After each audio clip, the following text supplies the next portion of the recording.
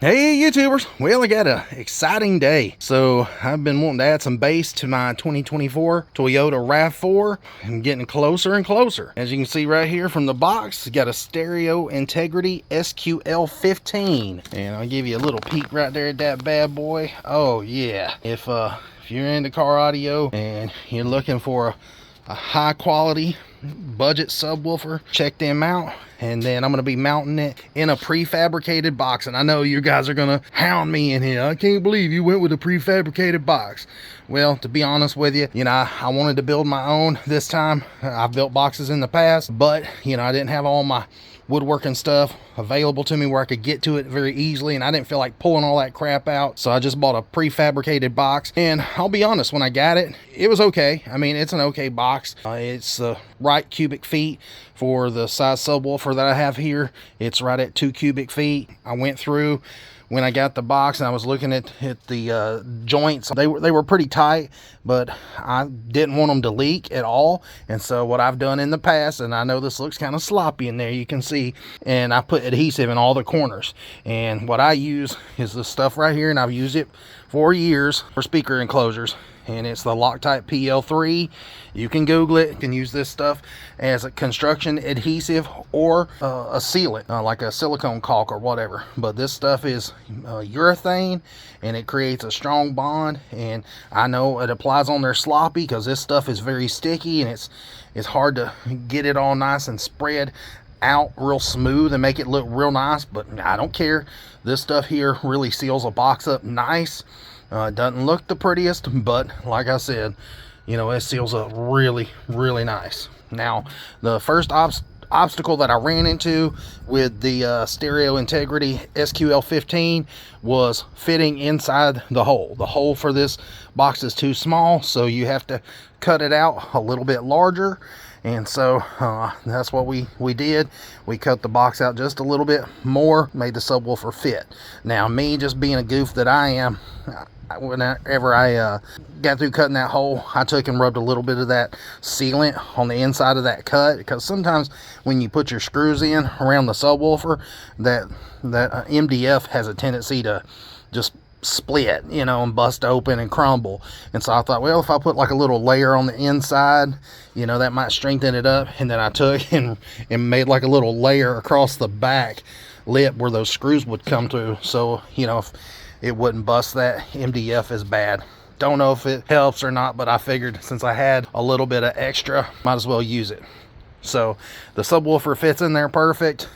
And then as far as like the carpet, when you cut it out, the wood out, your carpet might be a little frayed, and that's fine.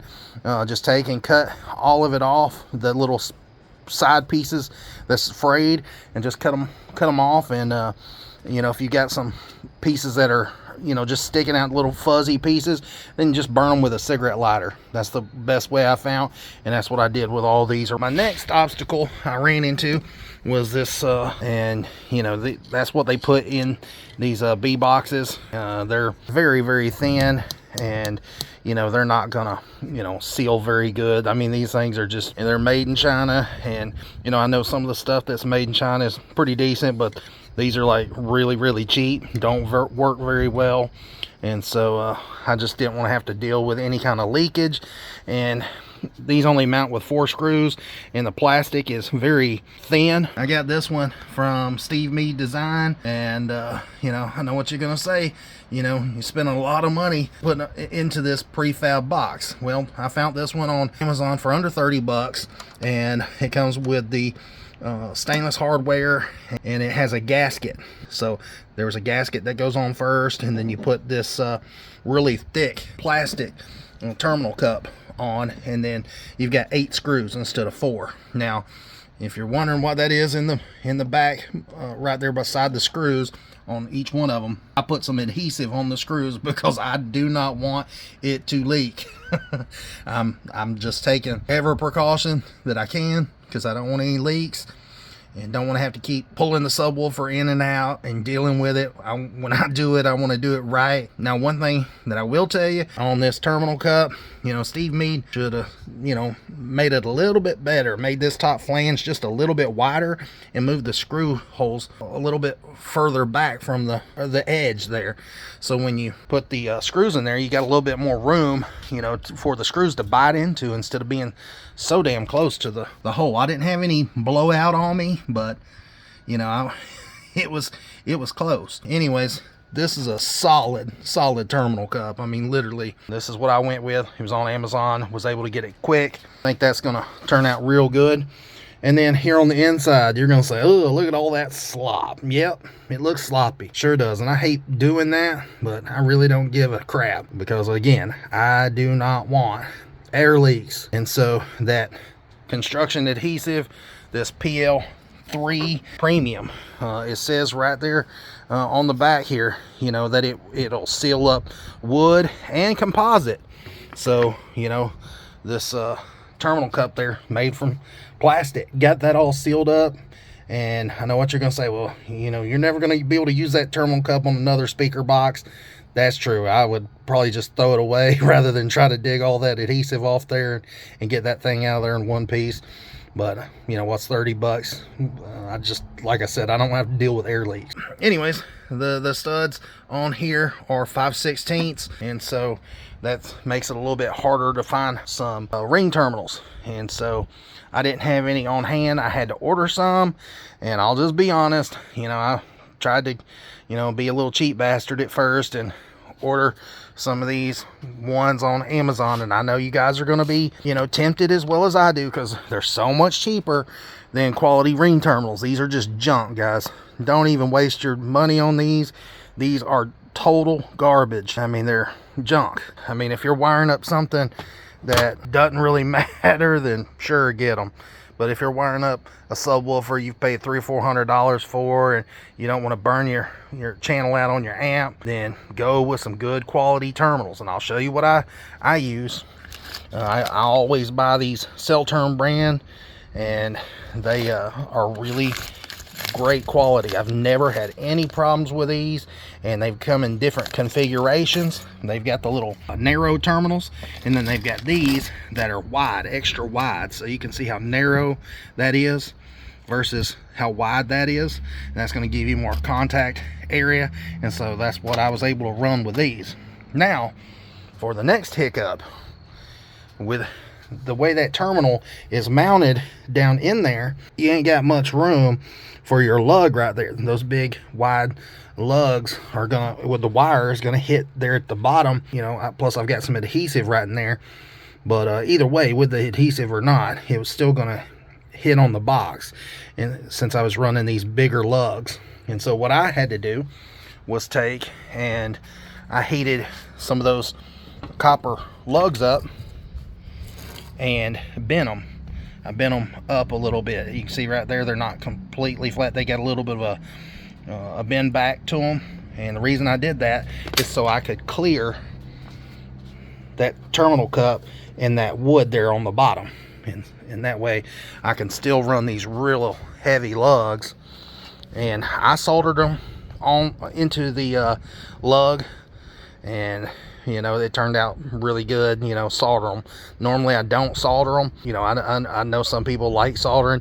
Some people say it's not as good of a connection, and that's fine. I ain't gonna get no big argument over it. This is the first time I've soldered. I personally like just doing the old mechanical crimp, but these turned out really good. Now this is 12 gauge wire, and I know you're gonna say, well, how did you get those big lugs on 12 gauge wire? Well, I stripped a little extra out on the wire there and doubled it over, and it was able to fit in those lugs really tight. Now, like I said, I went with these cheapies the first go around, and just trying to save some money. But when I got them in the mail, look how thin they are around where the bolt would fit. I mean, literally, that's just barely thicker than your fingernail. And I went ahead and made these up, and I thought, well, I guess I could put a washer on both sides and kind of clamp them in there. But I mean, you look at that. I mean, they're just thin as paper, and look, I'm able to just bend it with my finger. And I was like, man, it's just a piss poor way of doing it. I'm gonna go and do this right. That's just, you know, the way I like doing it. So like I said, I went and got some more of these cell term lugs, and you're not gonna bend these. Now again, I know this is very tempting to buy these because these cost more money, but you're gonna pay for it in the long run, guys, if you buy these. Plus the heat shrink that they give you for these is god awful. It's paper thin, and then when you go to use it, you know, it turns white and discolored. Now I had to put 2 pieces on these first ones that I made, and I was just so disgusted with it. Like I said, I went back and went with this. Now, if you're wondering what gauge wire this is 12 gauge. This is just some that I had laying around, and I'm not going with huge power. I'm only going to be running like 500 watts to this sub, so I'll totally be safe. Now, if you're looking for some good high quality heat shrink, then the Cell Term brand is really good as well. Double walled, so it is really thick. You know, it works really good, and you can tell, you know, the heat shrink on these looks really good. A lot better than that other Chinese stuff. Now, I'm not knocking everything because it comes from China, because some stuff is actually decent. It just really depends on where you get it made in China. In fact, the Stereo Integrity SQL-15 is made in China as well, but you know, just depends on what location builds it. Depends on, you know, if it's any good or not. You know, I review a lot of different products from a lot of different companies. A lot of stuff's made in China, and you can't really knock it because it's cheap labor. I mean, it is so cheap that you wouldn't even believe. But anyways, now I said that I soldered the lugs to the speaker wire. You know, for you guys that's never done that before, I just took just a copper lug, put it in a pair of vice grips, and, you know, mounted it to the side of the table here, secured it upright where I could take and put some solder in the end, and then I heated everything up with just a torch, and you know, and then it's got a lock on it, and I can just stand it up and heats up that solder. I used electrical solder, and so yeah, it turned out really good. Now, as far as polyfill, I was being OCD as possible, like always, walking around Walmart, and I was like, I wonder if polyfill makes any difference, because when I walked over there to that section, there was an overwhelming amount of different types of polyfill, different brands, different, you know, different firmnesses and springinesses, and you know, all this. And so, you know, Googled it, and it said to use the springy stuff, so that's what I got. And you know, I'm not gonna overfill it. They say not to put too much in there, so you know, I got this here. This was like 12 ounces, so that's what I'm gonna go with. You know, you hear a lot of people saying that you know, polyfill helps the subwoofer act like it's in a bigger enclosure.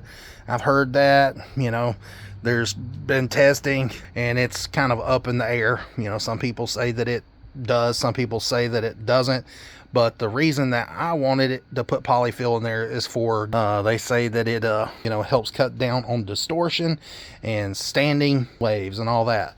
And so one reason why I went with this box is because it is a wedge style box. You can see that it's not a perfect square.